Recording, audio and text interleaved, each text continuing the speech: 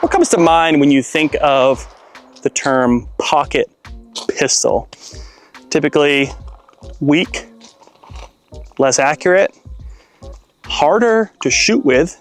Smaller handguns in big hands usually make for a less enjoyable time at the range, which means less enjoyable chances of getting out of a self-defense situation successfully.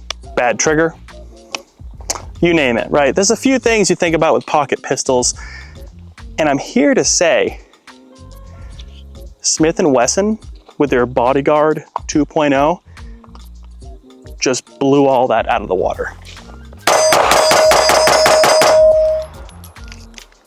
That's right, guys. I got my hands on a Bodyguard 2.0 from Smith & Wesson. This thing is even tinier than you can imagine just from looking at the pictures. It is a shrunken down shield, essentially. Comes with a 10-round mag. Now these are relatively hard to get in there on a closed slide. This one has the flat face trigger. Excellent trigger, by far the best pocket pistol trigger I've ever shot. This one has an external safety that is ambi, left and right, and has that M&P texturing where you need it. So it fills the hand nicely, and even if it doesn't fill a larger hand, it has the grip to kind of counteract that. And it even has places for your trigger finger to rest, as well as your thumb up here, and front serrations, rear serrations, and my favorite part, night front sight. So you have the orange with the yellow dot in the middle, blacked out rear, serrated, like chef's kiss. Easy to rack. Feels good.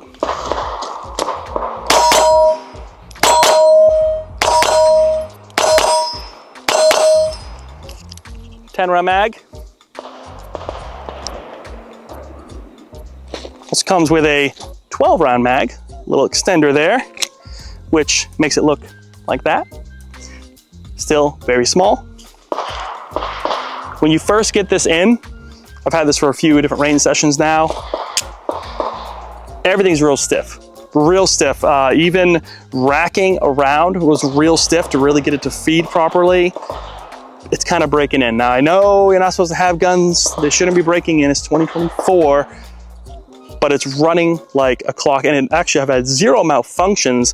It was just tough to rack that round in there the first few times, really.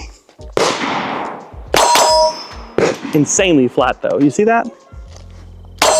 Double tap galore. Now I know it's 380, but if you could put 12 rounds like this in 2 seconds on a target, I think 380 is gonna be fine. For at least, especially a pocket pistol, right? Now I know what you're thinking. It's 380, it's a pocket pistol, and I get it. I am an appendix carry kind of guy. I only pocket carry when I really, really have to. But the good news is the technology is getting better. The firearms are getting better. I mean, the Ruger LCP2, maybe the LCP Max is considered good in that category, but it's still hard to justify that over a nice 9 right in front, right here, right? And yeah, you think about it, pocket pistols traditionally are for just hitting the gut. And that's true. But these sights and this grip and trigger make it so it's not just a get off me type of gun. Not anymore. So Smith & Wesson, man.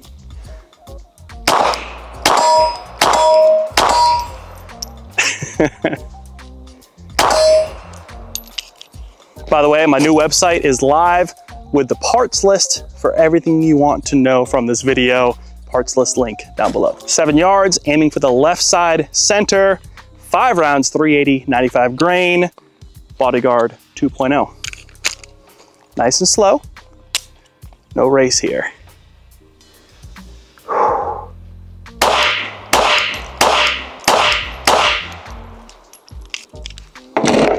Now, the reigning champion, as it were, really, the Ruger LCP Max. This is the 75th anniversary Ruger edition. 5 rounds, MagTech, 95 grain, 7 yards, right side. Was one of the better options for sure. The Ruger hit it out of the park with this one. They really did. but it does slap, and I'll show you comparison in a minute. A couple other issues I'm seeing between the two, and which of course would be the winner.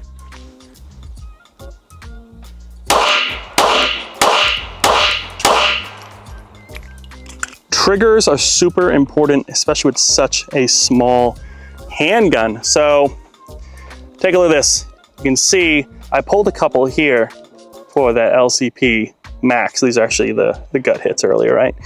1, 2, 3, 4, 5. There's Smith & Wesson. I love Ruger. I love Smith. All right, that's fair.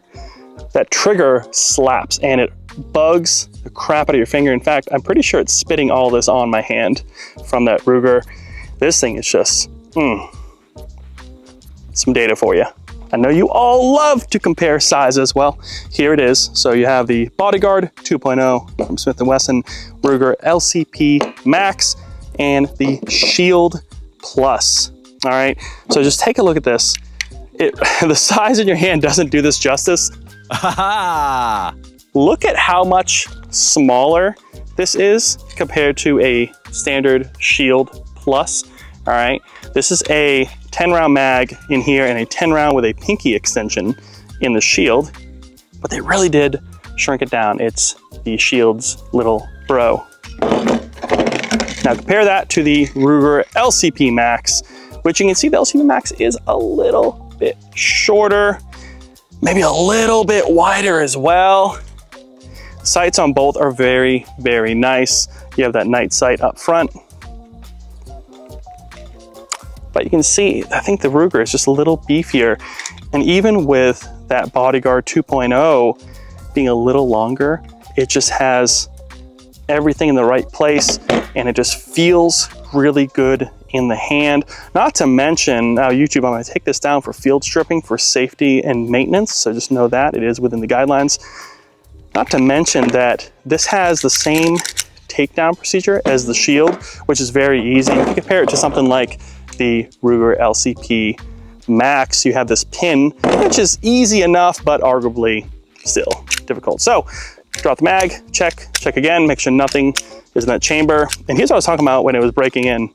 It was just catching right here. You can almost feel it. It caught right there. And now it's just working its way out.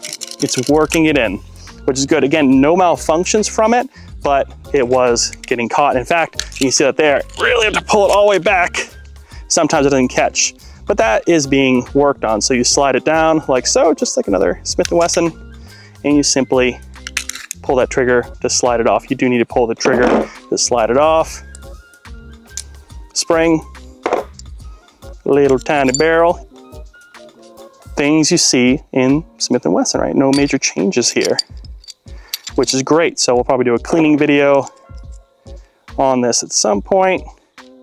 I will say it's just all very stiff. Now this is my first Smith & Wesson from Maryville, Tennessee. So who knows? New factory, new machines, everything has tight tolerances. I don't know, but you can kind of see on the side here somewhere. Yeah, Maryville, Tennessee right there.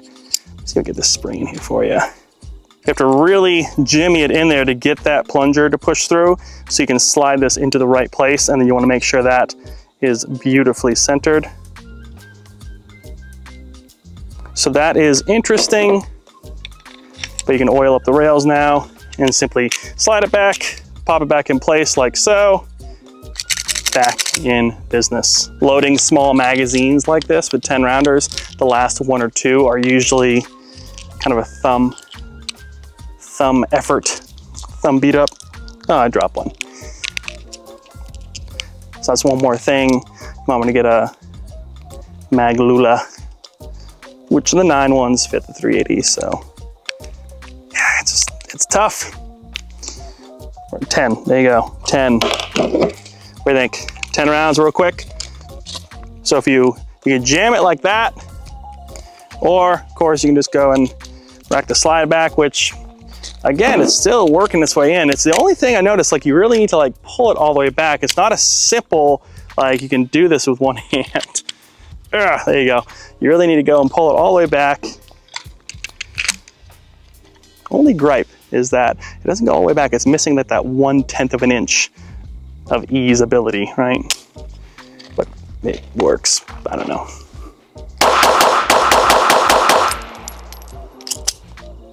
What was that? Oh. Oh, light primer there, huh? It hit it hard though. Will it go? It's the first time I've had anything happen.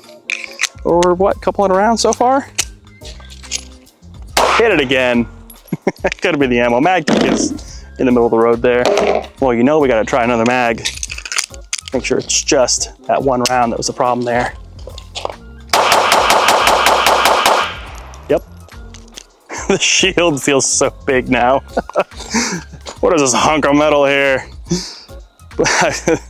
I shoot the Shield Plus so well, and I have for years. I don't even need the red dot on there. I love that nice high vis front sight with the blacked out serrated rear. Like, that is it. That is what I enjoy shooting. I think it's a lot of fun. I love red dots too, but sometimes you just don't need it, and it makes it so it's much smaller of a handgun to carry.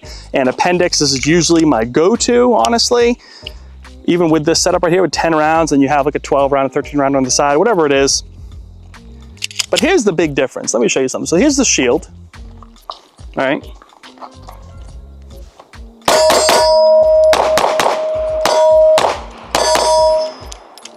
Phenomenal, 9mm, phenomenal, right? Well, you grab the LCP Max from Ruger, 10 rounder, you get the extension as well. Nice little package. It's really the trigger though, I think that gets me, because it just slaps your finger, just slaps. Now that's a striker fired. This has a little hammer back here.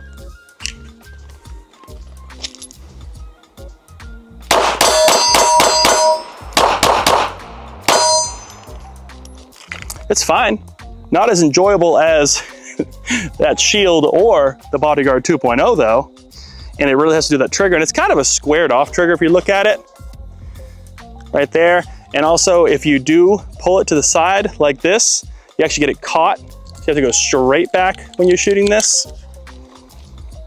Let me show you the triggers real quick and kind of compare Ruger LCP Max. Nothing in there. Take a look at this. Here it is. A lot of slop, right?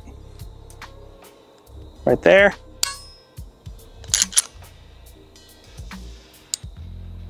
Real quiet, but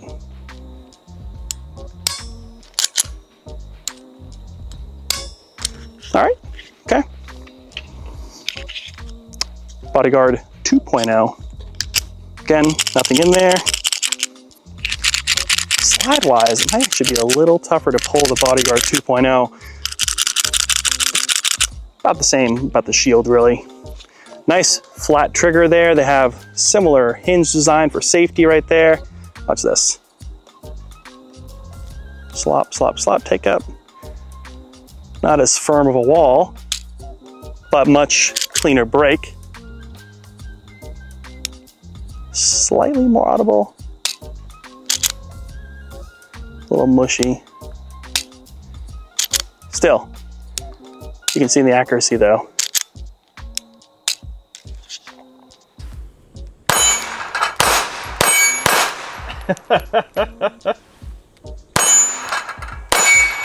Hey!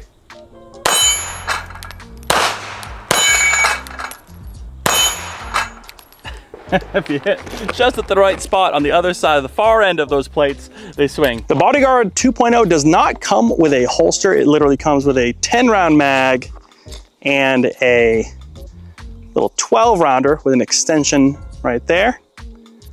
Look very similar to a shrunken down Shield mag, right? So I ended up picking up a sticky holster right here as a pocket carry for this. So how that would work, give you a quick demonstration on how you might want to carry this. And this might go into my carry rotation. In fact, it is going into my carry rotation, especially in the warmer months, because it has just been fantastic. Except for that one light primer strike. I've shot 350 rounds or so through it. Yeah, because I got almost a whole case and I've been burning through it. So, and it has a safety on there. So you could keep the safety on.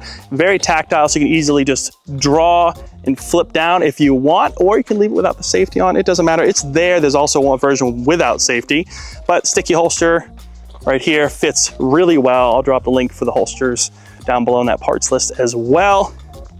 Fits nice. So you have a couple ways. You can go carry an appendix, just tuck it in, and that's what sticky holsters are known for, sticking in there. No real issues there, everything's covered, except it is a little soft, right? So it's not Kydex. So you got to be worried about that a little bit. So if you do carry it in the pocket, as with any pocket carry, Ruger came with its own little holster, same thing, kind of a fake leather holster. If you do carry in the pocket, make sure nothing else is in that pocket to press that trigger, or we can leave the safety on. But how that would look is similar to this, nice and light and small. And then if you need to, you simply just draw it out, clear, and have at it.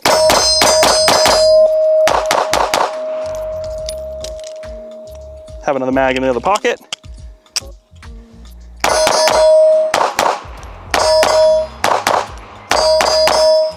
Maybe have one of those Neo-Mag magnet holders right there. Yeah, everything drops, by the way, drops free.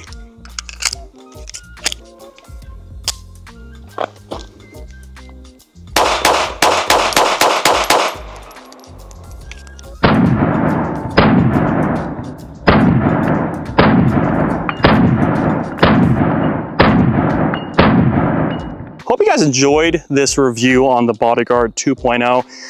I've read some of the Reddits and things like that talking about the break-in period on this and people having trouble taking it apart and getting that last 1/10 inch all the way back to lock the slide back.